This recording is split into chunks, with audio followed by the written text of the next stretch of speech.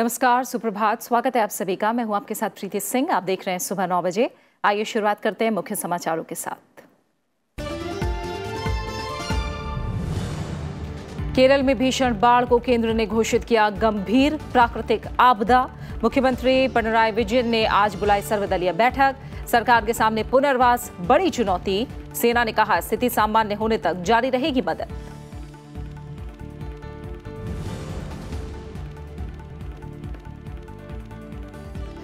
लोकपाल नियुक्ति समिति की बैठक आज। कांग्रेस नेता मल्लिकार्जुन खड़गे ने चौथी बार किया बैठक में शामिल होने से इनकार। प्रधानमंत्री नरेंद्र मोदी को लिखी चिट्ठी, समिति का पूर्णकालिक सदस्य बनाए जाने की मांग।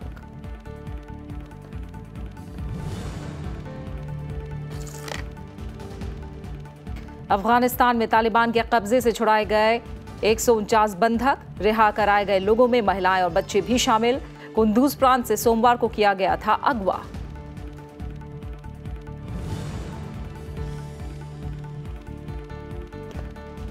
एशियन गेम्स में विनेश फोगाट ने रचा इतिहास। कुश्ती में स्वर्ण जीतने वाली पहली भारतीय महिला खिलाड़ी। दूसरे दिन निशानेबाजी में भारत को 2 रजत, 5 पदकों के साथ भारत पदक तालिका में 8वें स्थान पर।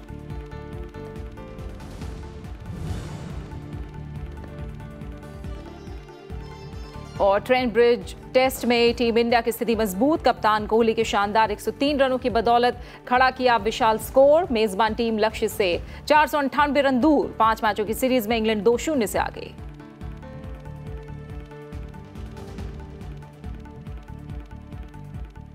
और सबसे पहले केरल बाढ़ से जुड़ी खबरें।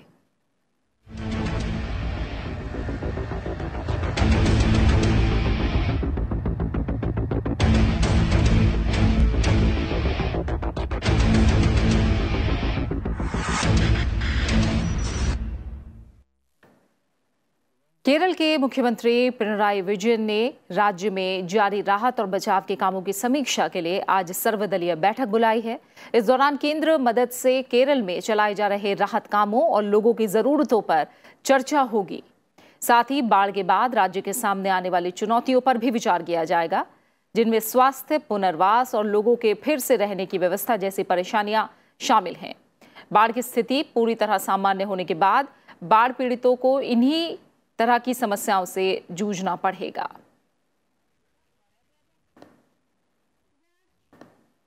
वहीं केंद्र सरकार ने केरल की बाढ़ को गंभीर प्राकृतिक आपदा घोषित किया है। केंद्रीय गृह मंत्रालय ने कहा है कि बाढ़ की तीव्रता और भूस्खलन को देखते हुए यह फैसला लिया गया है। 8 जून के बाद भारी बारिश के बाद बाढ़ और भूस्खलन से 216 लोगों की जान चली गई है, जबकि 7 लाख से ज्यादा लोग राहत शिविरों में शरण लिए हुए हैं। वहीं सरकार ने उद्योगपतियों और व्यापार संगठनों से केरल के लिए बढ़ चढ़कर मदद देने की अपील की है।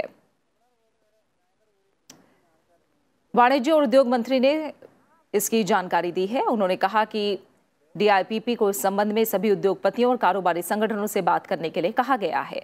इसके अलावा सुरेश प्रभु ने यह भी बताया कि विमानन नियामक DGCA केरल जाने वाली उड़ानों के किराए पर नजर रख रहा है, क्योंकि केरल में आई बाढ़ की स्थिति मानवीय संकट की अनूठी स्थिति है। वहीं केरल में बाढ़ पीड़ितों के लिए भेजे जाने वाली राहत सामग्री पर केंद्र सरकार इस साल के आखिर तक टैक्स में छूट देगी। केंद्रीय वित्त मंत्रालय ने केरल भेजे जाने वाले आयातित सामान पर बुनियादी शुल्क और GST में छूट देने का फैसला किया है। वित्त मंत्री पीयूष गोयल ने ट्विटर पर इस बारे में जानकारी दी है। उन्होंने लिखा है कि मुसीबत की इस घड़ी में पूरा देश केरल के साथ खड़ा हुआ है। ये छूट इस साल 31 दिसंबर तक जारी रहेगी। वित्त मंत्रालय की तरफ से आज इस बारे में अधिसूचना जारी हो सकती है। केरल के मुख्यमंत्री पिनराई विजयन ने इस बारे में वित्त मंत्री को विदेशों से आने वाली राहत सामग्री पर टैक्स माफ करने के लिए चिट्ठी लिखी थी। और आइए जमीन पर क्या हालात हैं इस समय, हम ज्यादा जानकारी लेंगे। हमारे संवाददाता अखिलेश सुमन इस समय कोल्लम केरल से हमारे साथ जुड़े हुए, उनका रुख करेंगे। अखिलेश, आप कोल्लम में हैं और हम जानते हैं कि कोल्लम सिर्फ देश ही नहीं बल्कि दुनिया भर में अपने समुद्र और तट के लिए मशहूर है, लेकिन फिलहाल वही पानी एक बड़ी मुसीबत बना हुआ है केरल के लिए। आज सर्वदलीय बैठक भी है। फिलहाल क्या जमीनी हालात हैं? पुनर्वास बड़ी चुनौती है, क्या कुछ नजर आ रहा है आपको?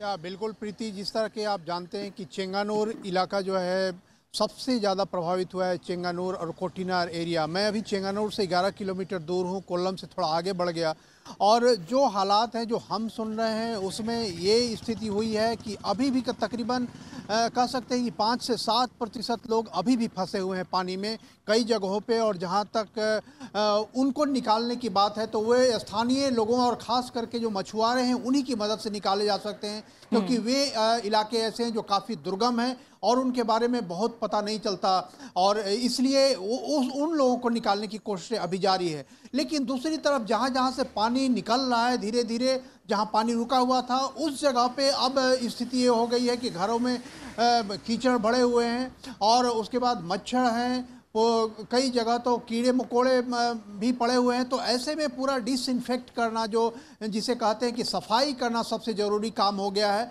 और जो लोग यहाँ बता रहे हैं कि इस इलाके में भी जहाँ भी है खाने की कोई कमी नहीं है, कमी इस बात की है कि जो सामग्रियाँ, ये सब जो सफाई करने वाली मशीनें और डिसइंफेक्टेंट, मच्छर मारने वाले जो कॉयल हैं, ये सब चीज़ों की ज़रूरत है।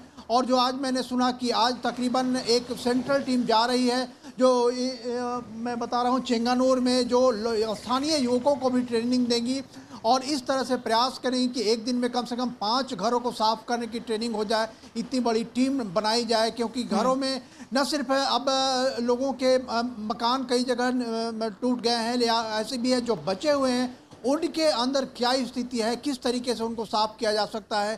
तो ये एक जो बहुत अहम काम है। लेकिन प्रीति, जिस तरह से लोग बोल रहे हैं कि केरल के लोग इस बात से स्वास्थ्य की स्थितियों से काफ़ी ट्रेंड हैं, और जिस तरह से आप जानते हैं कि केरल की नर्सों की वजह से दुनिया में केरल का नाम बढ़ा है, तो ऐसी स्थिति में लोगों को लगता है कि यही स्थिति निपटना बहुत कठिन नहीं होगा। सबसे बड़ी बात केवल यह होगी ये जो सप्लाई है, जो आवश्यक सामग्रियां हैं, दवा से लेकर और साफ करने वाले जो सामग्रियां हैं, वो सामग्रियां नियमित रूप से पहुंचती रहे। और इस बारे में जो मुझे जानकारी मिली कि पिनराई विजयन जो मुख्यमंत्री हैं वो भी लगातार केंद्र सरकार के संपर्क में हैं, और ख़ासतौर पर राजनाथ सिंह, स्वास्थ्य मंत्री JP नड्डा, रक्षा मंत्री निर्मला सीतारमण और यहाँ तक कि प्रधानमंत्री भी उनके संपर्क में हैं। तो जिस तरह की स्थितियां बनती जा रही है उस तरह से केंद्र भी सहयोग कर रहा है, और राज्य सरकार भी आम सहमति, जो अन्य राजनीतिक दल हैं, जो खासतौर पे कांग्रेस जो यहाँ की मुख्य विपक्षी दल है, मैंने देखा कि यहाँ के जो पहले मुख्यमंत्री थे ओमन चांडी और रमेश चेन्नीथला, वो भी जाकर लोगों से पुनर्वास में सहयोग करने की अपील की है। तो एक माहौल ऐसा है कि चाहे वो बीजेपी हो या कांग्रेस हो या CPM हो, सारे लोग लगे हुए हैं कि यह जो एक आपदा आई है, प्राकृतिक आपदा, उस प्राकृतिक आपदा के समय कोई राजनीतिक मसला न बनाया जाए और लोगों को इस तरह से प्रेरित किया जाए ताकि लोग पुनर्वास की स्थिति में वापस आ सके, अपनी पुरानी स्थिति में वापस आ सके। बिल्कुल, जल्द से जल्द पुनर्वास हो इन सभी का जो पीड़ित हैं। और जैसा आप बता रहे हैं, अभी भी दुर्गम इलाकों में कई लोगों को निकाला जाना है, उन्हें राहत शिविरों तक लाना है, एक ये भी बड़ी चुनौती है, और इसी में ज़्यादा से ज़्यादा लोग सहयोग भी कर रहे हैं। और आज केरल के मुख्यमंत्री ने सर्वदलीय बैठक भी बुलाई है तमाम हालातों की समीक्षा के लिए। फिलहाल बहुत बहुत शुक्रिया आपका इस तमाम जानकारी को हम तक पहुंचाने के लिए, अखिलेश। और राज्यसभा के सभापति एम वेंकैया नायडू और लोकसभा स्पीकर सुमित्रा महाजन ने सभी सांसदों से केरल के बाढ़ पीड़ितों के लिए सांसद निधि से दान करने की अपील की है। इसके अलावा राज्यसभा के सभापति और लोकसभा स्पीकर दोनों ने एक महीने का वेतन प्रधानमंत्री राष्ट्रीय राहत कोष में देने का फैसला किया है। दोनों ने सभी सांसदों से भी ऐसा करने की अपील की है। संसद सदस्य स्थानीय क्षेत्र विकास निधि के तहत आपदा के समय किसी जिले के लिए अधिकतम 1 करोड़ रुपए तक खर्च कर सकते हैं। We appeal to the members of the parliament to contribute generously from their MP's ad funds for relief and rehabilitation works in the affected areas of Kerala as permissible under the MP's ads guidelines, and also to consider donating their 1 month's salary for this noble and humanitarian cause. Speaker will be writing a letter to all the members of parliament of Lok Sabha. Chairman will be writing a letter to all the members of Rajya Sabha. Kerala की बाढ़ से supreme court भी आहत है और जज भी राहत कोष में योगदान देंगे। मुख्य न्यायाधीश दीपक मिश्रा ने कहा है कि राहत कोष में सुप्रीम कोर्ट के प्रत्येक जज 25,000 रुपए देंगे। CJI दीपक मिश्रा ने कहा कि वो मुख्यमंत्री राहत कोष में योगदान देंगे। अवमानना के एक मामले में सुप्रीम कोर्ट में सुनवाई के दौरान अटॉर्नी जनरल के वेणुगोपाल ने केरल की बाढ़ का मामला उठाया। उन्होंने कहा कि केरल के हालात बेहद खराब हैं, लाखों लोगों को अपना घर छोड़ना पड़ा है। खुद अटॉर्नी जनरल ने राहत कोष में 1 करोड़ रुपए दिए हैं। तो वहीं केरल में राहत सामग्री पहुंचाने में सुप्रीम कोर्ट के जज जस्टिस कुरियन जोसेफ भी हर संभव प्रयास कर रहे हैं। भारी बारिश के बाद केरल में आई तबाही को देखते हुए देश के कई राज्यों ने केरल के लिए आर्थिक मदद का ऐलान किया है। वहीं राजधानी दिल्ली के एम्स सेंटर की रेजिडेंट डॉक्टर एसोसिएशन से लेकर कई अन्य एसोसिएशन केरल में फंसे लोगों की मदद के लिए हाथ आगे बढ़ा रहे हैं। राजधानी के अन्य अस्पतालों, एम्स नर्सिंग यूनियन के साथ मिलकर प्रधानमंत्री राहत कोष के जरिए केरल वासियों के लिए मदद पहुंचा रहे हैं और इसके अलावा कर्मचारी अब भी दवाइयां, कपड़े, खाना पीने का सामान जैसी जरूरी चीजें केरल भेजने के लिए इकट्ठा कर रहे हैं। केरल में बारिश रुकने और बाढ़ का पानी कम होने के बीच केंद्र सरकार फिलहाल खाने पीने की चीजें, पानी और दवाइयां पहुंचाने में जुटी है। हालांकि केंद्रीय मंत्री केजे अल्फोंस का मानना है कि केरल में पुनर्निर्माण बहुत कठिन है क्योंकि राज्य में बुनियादी ढांचा तहस नहस हो गया है। राज्यसभा टीवी से खास बातचीत में उन्होंने ये बात कही। Are you expecting that the number of dead is going to rise as the waters recede? There might be more deaths which would be discovered? Yes, I mean that's what we fear, Okay. And I hope my fears are not really founded on actual facts when actually it unravels. We hope nobody is dead, but the fact is that yesterday itself we discovered quite a few bodies in less than 10 in Changanur area. And we suspect a lot of people are still trapped. Kerala needs to be completely reconstructed. इसके अलावा KJ Alphons ने कहा है कि केरल की बाढ़ को फिलहाल राष्ट्रीय आपदा घोषित करने की कोई ज़रूरत नहीं है। उन्होंने कहा कि फंड की कोई कमी नहीं है और केंद्र ने 500 करोड़ रुपए तत्काल जारी किए हैं। ज़रूरत पड़ने पर और मदद दी जाएगी।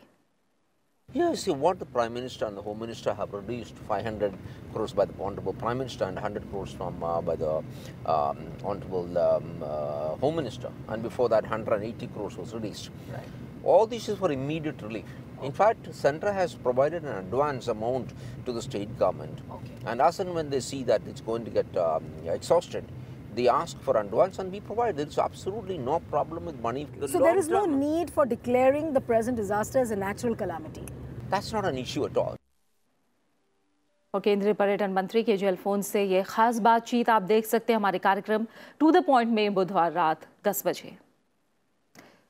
उधर केरल से सटे कर्नाटक के कोडागु इलाके में भी राहत और बचाव का काम युद्ध स्तर पर जारी है। राज्य सरकार ने यहाँ 41 राहत शिविर बनाए हैं जिनमें 3500 से ज्यादा पीड़ित शरण लिए हुए हैं। बाढ़ के कारण यहाँ 7 लोगों की मौत हो चुकी है। कोडागु इलाके में सेना, एनडीआरएफ, एसडीआरएफ समेत दूसरी एजेंसियों के करीब 1000 जवान राहत और बचाव के काम में लगे हुए हैं। लोकसभा में कांग्रेस के नेता मल्लिकार्जुन खड़गे ने एक बार फिर लोकपाल चयन समिति की बैठक में शामिल होने से मना कर दिया है। खड़गे का कहना है कि वो इस बैठक में तब तक शामिल नहीं होंगे जब तक उन्हें इस समिति का पूर्णकालिक सदस्य नहीं बनाया जाता। लोकपाल चयन समिति की आज होने वाली बैठक को लेकर मल्लिकार्जुन खड़गे ने प्रधानमंत्री नरेंद्र मोदी को चिट्ठी लिखी है जिसमें उन्होंने कहा है कि वो बैठक में विशेष आमंत्रित सदस्य के तौर पर शामिल नहीं हो सकते और इस बारे में पहले भी अवगत करा चुके हैं। उन्होंने आरोप लगाया कि सरकार ने लोकपाल कानून में उस संशोधन को करने से इनकार कर दिया जिसमें लोकसभा में सबसे बड़ी पार्टी को समिति का सदस्य बनाए जाने की बात कही गई है, जबकि इस संबंध में संसदीय समिति भी अपनी सिफारिश कर चुकी है। सुप्रीम कोर्ट ने पश्चिम बंगाल चुनाव आयोग की उस याचिका पर फैसला सुरक्षित रख लिया है जिसमें कलकत्ता हाई कोर्ट के आदेश को चुनौती दी गई है। सुप्रीम कोर्ट ने कहा है कि वो इस मामले पर विचार करेगा कि पश्चिम बंगाल में हुए पंचायत चुनाव में हजारों उम्मीदवारों को नामांकन दाखिल करने से रोके जाने के आरोप लगाए गए और 20,000 से ज्यादा सीटों पर उम्मीदवारों का निर्विरोध चुनाव हुआ। बीजेपी और लेफ्ट दलों की तरफ से आरोप लगाया गया था कि पंचायत चुनाव के दौरान उनके उम्मीदवारों को पर्चा दाखिल नहीं करने दिया गया, इसलिए सत्ताधारी तृणमूल कांग्रेस के उम्मीदवार निर्विरोध जीते। बीजेपी की तरफ से पंचायत चुनाव के दौरान बड़े पैमाने पर हुई हिंसा और अनियमितताओं का भी जिक्र किया गया। सुप्रीम कोर्ट ने यह भी कहा कि कलकत्ता हाईकोर्ट ने पंचायत चुनाव में इलेक्ट्रॉनिक नामांकन की मंजूरी क्यों दी, इन हालातों पर भी गौर किया जाएगा। मुख्य न्यायाधीश दीपक मिश्रा की अध्यक्षता वाली पीठ ने ग्रामीण निकायों के लिए निर्विरोध चुने गए उम्मीदवारों के चुनाव परिणामों की अधिसूचना जारी करने पर लगाई गई रोक हटाने से भी इनकार कर दिया। और अब बात मॉरिशस में कल संपन्न हुए 11वें विश्व हिंदी सम्मेलन की।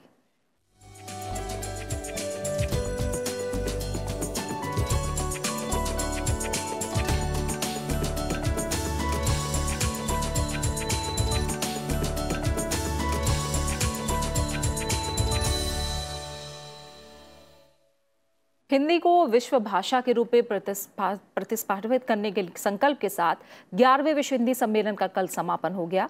कार्यक्रम में हिंदी को संयुक्त राष्ट्र की आधिकारिक भाषा बनाए जाने की बात भी कही गई। 3 दिन तक चले विश्व हिंदी सम्मेलन के 8 सत्रों के दौरान हुई चर्चाओं से संबंधित सिफारिशें भी प्रस्तुत की गई। मॉरिशस की धरती पर आयोजित 11वां विश्व हिंदी सम्मेलन हिंदी के विकास के लिए बहुमुखी प्रयासों के संकल्प के साथ संपन्न हो गया। समापन समारोह के मुख्य अतिथि के तौर पर शामिल हुए मॉरिशस गणराज्य के कार्यवाहक राष्ट्रपति परम शिवम पिल्लई वयापुरी ने भारत और मॉरिशस के बीच के गहरे रिश्तों का जिक्र किया। उन्होंने कहा कि हिंदी ताकतवर हो रही है, लेकिन हमें ये भी देखना होगा कि जो हिंदी बोलना नहीं जानते पर सुनते हैं वो भी अहम है। उन्होंने कहा कि संयुक्त राष्ट्र की आधिकारिक भाषा बनने का हिंदी का हक बनता है और विश्व हिंदी सचिवालय का मॉरिशस में बनना एक बड़ी घटना है। It stands to reason to claim that Hindi should be introduced as an official language at the United Nations. This conference has shown that the desire and the will to make this happen is very real and strong. Therefore, far from Hindi disappearing like the dodo, it will not only survive, but it will find its rightful place as the 7th official language at the United Nations.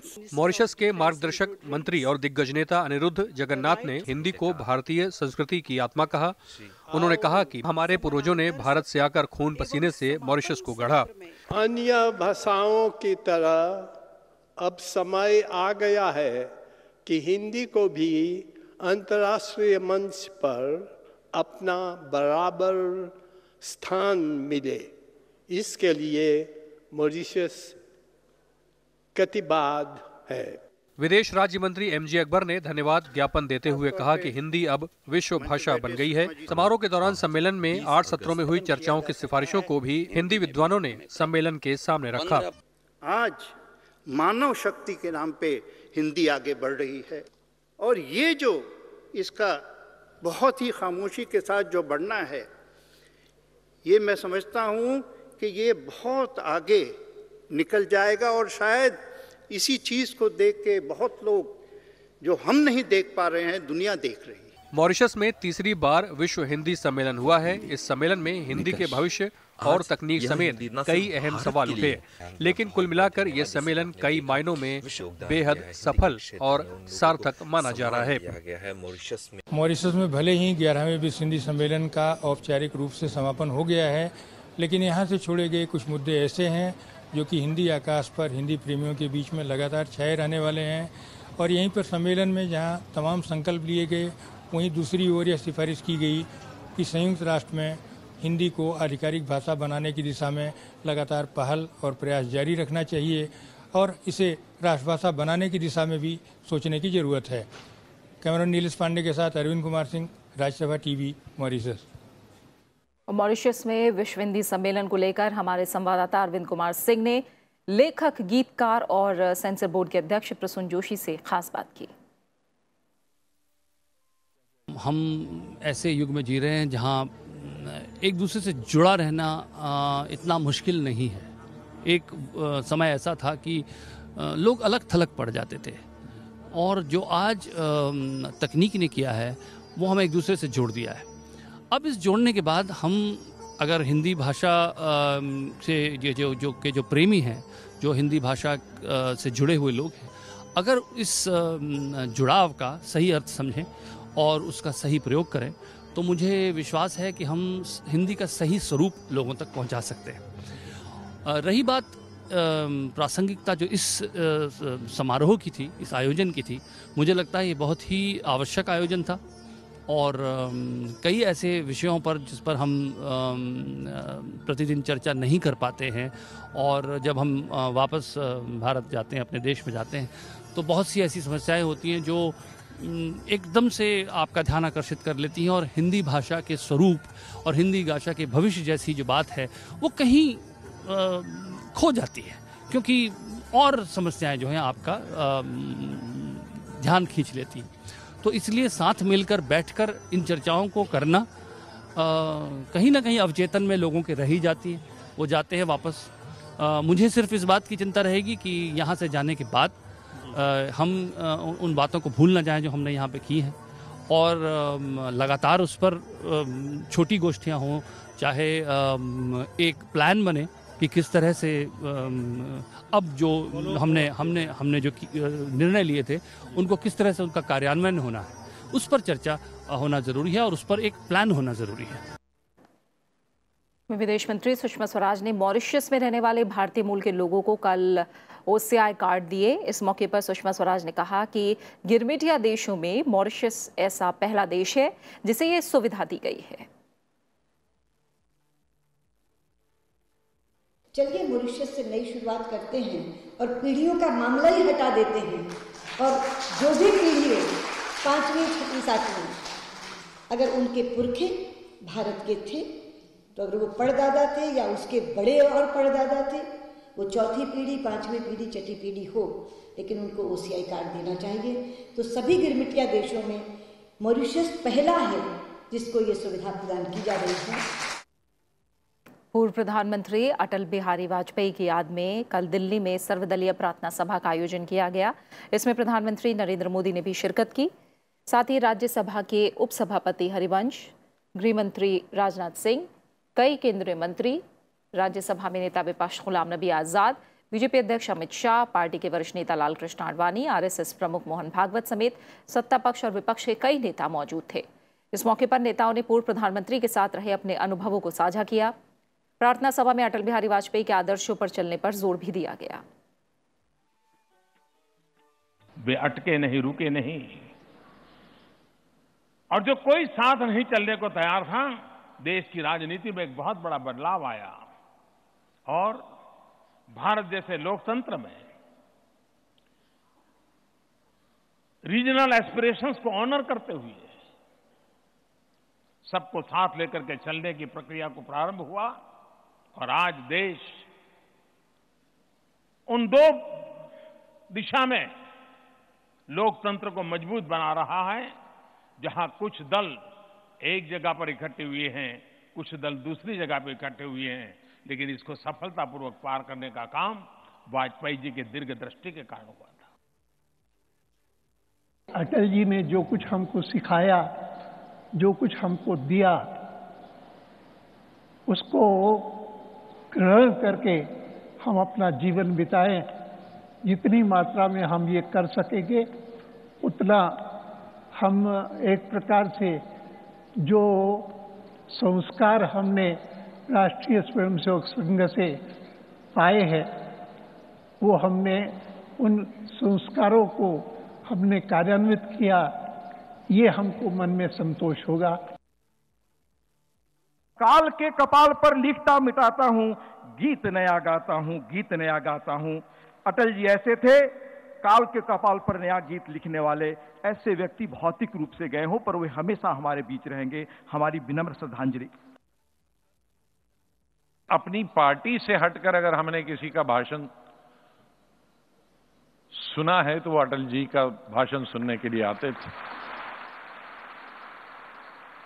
एक उनका अंदाज था अलग, उनकी शैली, उनकी बात करने का तरीका, अंदाज अलग था, शब्द अलग थे। अटल जी बहुमुखी प्रतिभा के धनी थे। एक अजातशत्रु राजनेता होने के साथ साथ हिंदी साहित्य के बहुत बड़े साहित्यकारों में शुमार हो पाए, इस तरह के संवेदनशील कवि थे। स्वभावगत पत्रकार, एक प्रखर वक्ता, देशभक्त राजनेता, जागरूक सांसद, और पार्टी को कभी अपने सिद्धांतों से इधर उधर न होने देने वाला पार्टी का नेता था।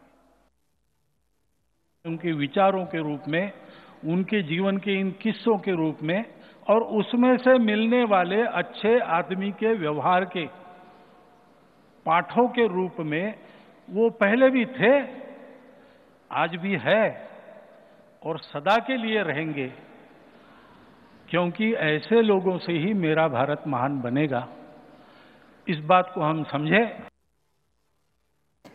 पश्चिम बंगाल के पूर्व राज्यपाल गोपाल कृष्ण गांधी को राजीव गांधी राष्ट्रीय सद्भावना पुरस्कार से कल नवाजा गया। ये पुरस्कार गोपाल कृष्ण को सांप्रदायिक सद्भाव और शांति को बढ़ावा देने में अहम योगदान के लिए दिया गया। इस मौके पर पूर्व प्रधानमंत्री मनमोहन सिंह और यूपीए अध्यक्ष सोनिया गांधी समेत कई हस्तियां मौजूद रहीं। गोपाल कृष्ण गांधी को ये पुरस्कार जवाहर भवन में एक कार्यक्रम के दौरान दिया गया। इस पुरस्कार के तहत प्रशस्ति पत्र और 10 लाख रुपए नकद दिए जाते हैं। अब तक राजीव गांधी सद्भावना पुरस्कार मदर टेरेसा, उस्ताद बिस्मिल्लाह खान, सुनील दत्त, लता मंगेशकर जैसी बड़ी हस्तियों को दिया जा चुका है। अहम अंतर्राष्ट्रीय खबर अफगानिस्तान से, जहां के कुंदूज प्रांत से अगवा किए गए लोगों में से 149 को तालिबानियों के कब्जे से छुड़ा लिया गया है। अफगान सैनिकों ने इस कार्रवाई को अंजाम दिया। अधिकारियों के मुताबिक छुड़ाए गए लोगों में महिलाएं और बच्चे भी शामिल हैं। खबर मिलने तक तालिबानियों के कब्जे में 21 और बंधक बाकी थे। तालिबानी आतंकियों ने उत्तरी अफगानिस्तान के कुंदूज प्रांत से सोमवार सुबह 3 बसों में सवार 150 से ज्यादा लोगों को बंधक बना लिया था। इससे पहले अफगानिस्तान के राष्ट्रपति अशरफ गनी ने ईद के मौके पर तालिबान के साथ सशर्त संघर्ष विराम का ऐलान किया था। उन्होंने कहा था कि अगर तालिबान इसका पालन करता है तो ही संघर्ष विराम लागू होगा। बावजूद इसके तालिबान ने लोगों को बंधक बनाया। और अब खबरें 18वें एशियाई खेलों से जुड़ी।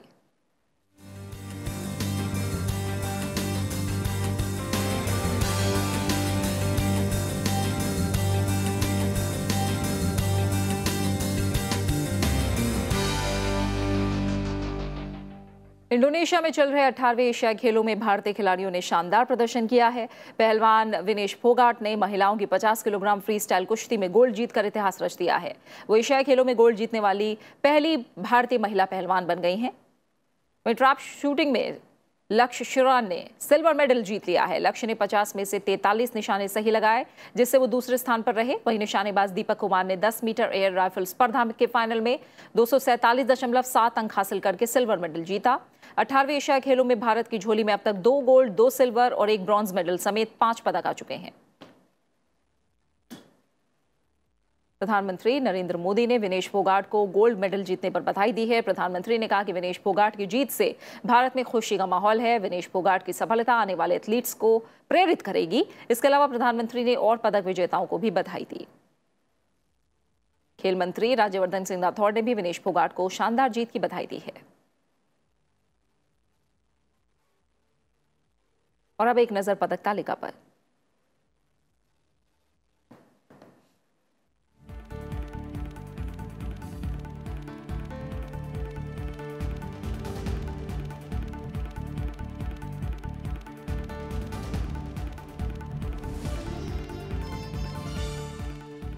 पार्थ क्रिकेट की ट्रेंट ब्रिज में खेले जा रहे तीसरे टेस्ट मैच में भारतीय टीम मजबूत स्थिति में आ गई है।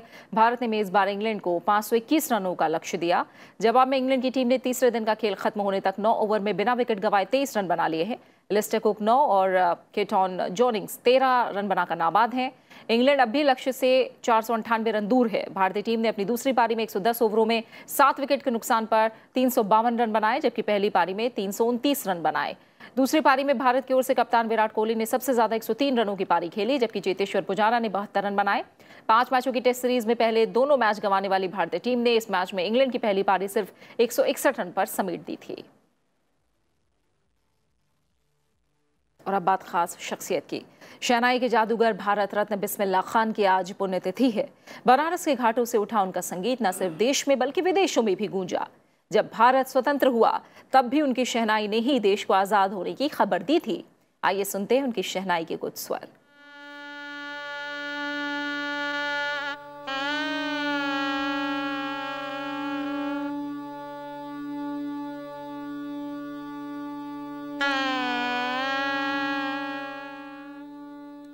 और इसी के साथ फिलहाल सुबह 9 बजे की खबरों में मेरे साथ इतना ही।